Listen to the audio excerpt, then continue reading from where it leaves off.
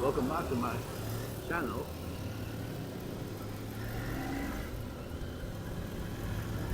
I would like to begin by saying, first of all,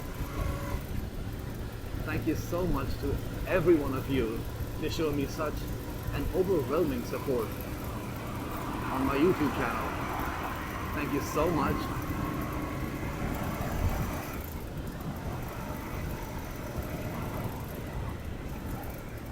And I want to talk about my ownership of this motorcycle, Royal Enfield Interceptor.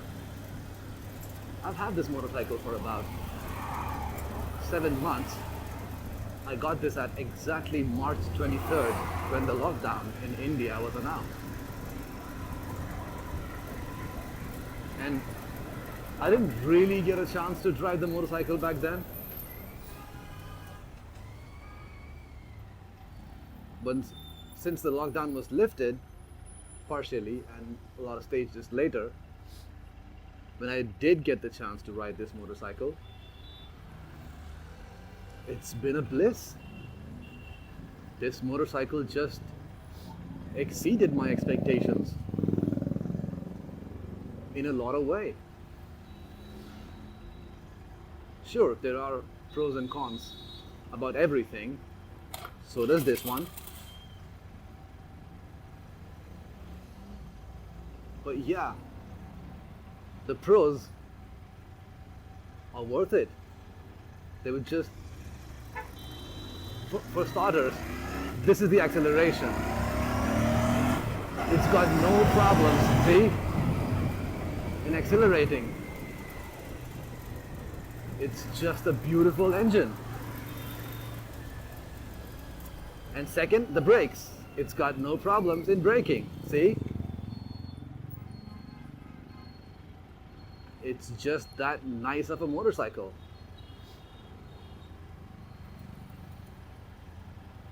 So a bit about myself. My first motorcycle was a Royal Enfield Classic 350. Oh, look at that. And I owned that motorcycle for about 8 years. And then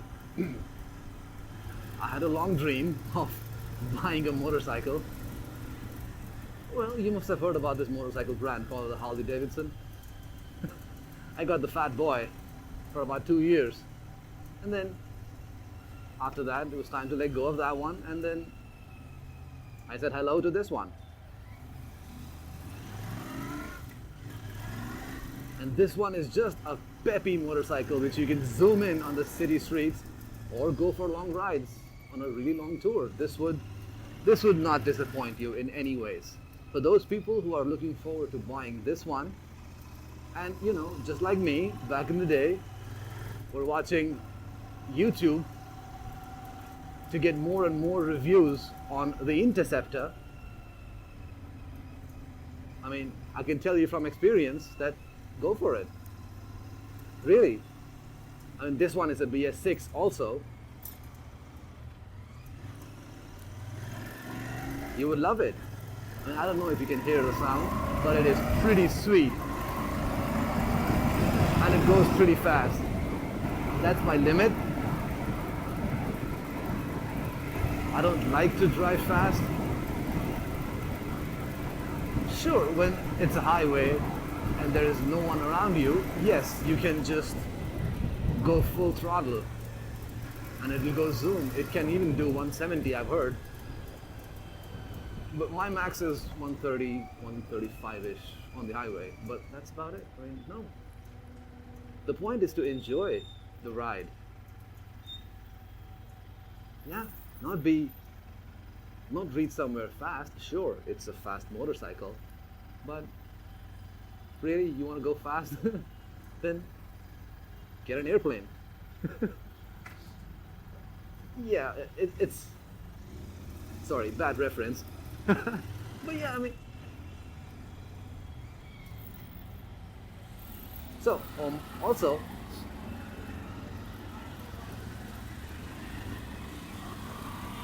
there are cons about this motorcycle as well. So of course, everybody would have heard or seen the foot peg placement on this motorcycle. It is a bit mischievous. I would use that word, yes. Sure, I'm tall. I can maneuver around traffic very easily. I can put both my feet down. And still, if I'm careful enough, I don't scratch my shins. But if I'm not careful enough, it doesn't matter if I'm 6'2", I will still, there are a lot of bruises on my shin. That's okay, battle scars. I don't really mind.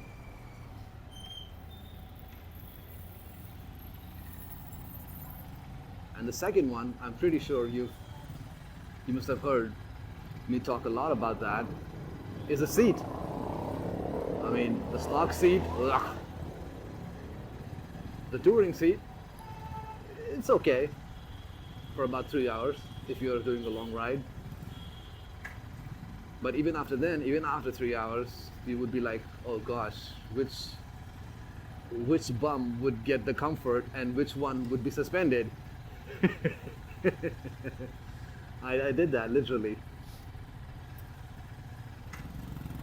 Also the fuel gauge, it is sort of bizarre.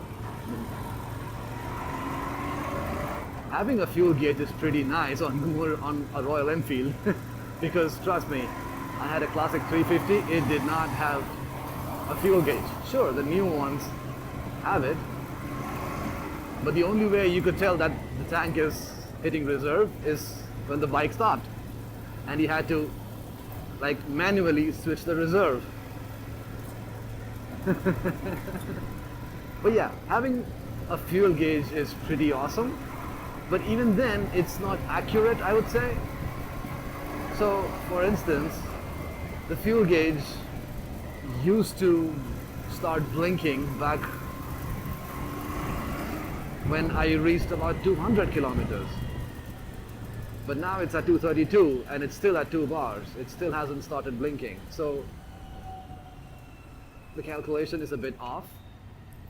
But again, I got back from a long ride with Abhinav to Kanatal, and maybe that's why it's showing like this. And then also another con about this, not this motorcycle, but I would say another con would be the mirrors that come stock on this motorcycle. They're fine. But if you really look at it, they're like Mickey Mouse. They're like, oh, hello there. Oh. They're like that. So, yeah, I wasn't a fan of them for the longest time, and I was doing a lot of research as to what would look good. I was looking at brands like Rizoma. And then I came across a YouTube channel that suggested Kenimoto. And after deciding and keeping this item in the cart for about a week, I decided I will go with them. So here they are.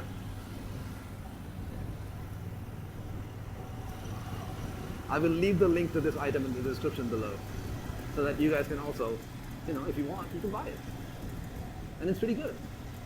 Especially for city riding, and especially for riding in a city like Delhi, where people, I don't know for what reason, just drive on high beams. It's too annoying. I can't even begin to describe how annoying that is. But now, go on any high beam if you want. Because, yes, these are anti-glare. I don't really care. That rhymed, almost.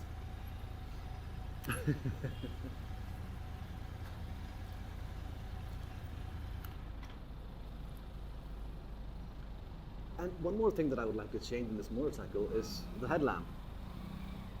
Sure, it's a halogen, it's a pretty bright halogen, but it's not adequate at riding at nights. So I would get a Cyclops bulb, LED Cyclops bulb. And sure, a lot of people have suggested me that I should change the entire headlight only to something fancy, but if a bulk can get the job done, cool. I'm thinking about it.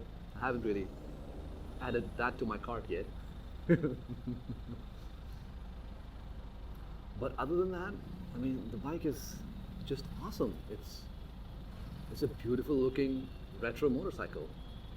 And yeah, a lot of you were asking me about the small modification I did to the tires.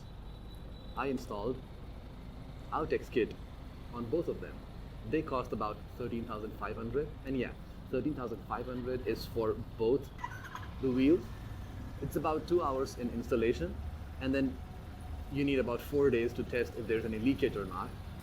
And I got that kit from Speed Monk's Performance Center. I will leave a link of their website at the description below. And yeah, that's a worthy thing. Get it right away.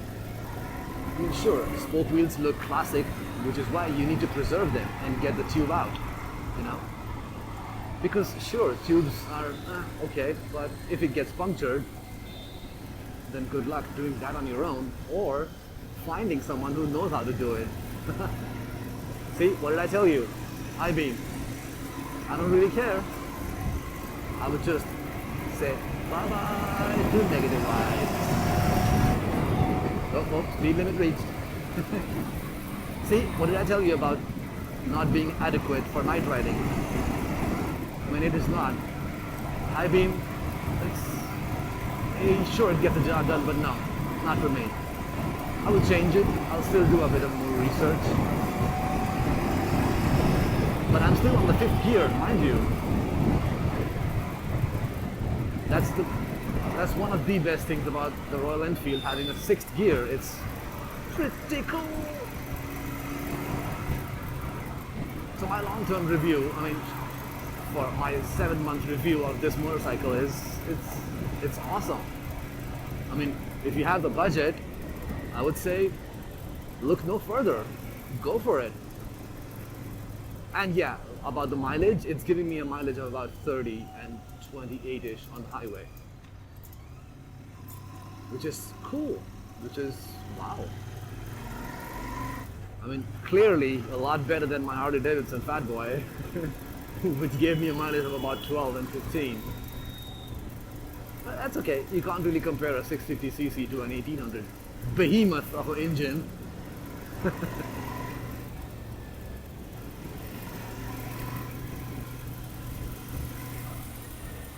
Alright. Thank you so much for watching, guys. I hope you like it. If you like the video, give a thumbs up. If you don't like the video, hit the dislike button twice. That'll really bring a smile to my face. Thank you so much, boys and girls. You are awesome. Shri out.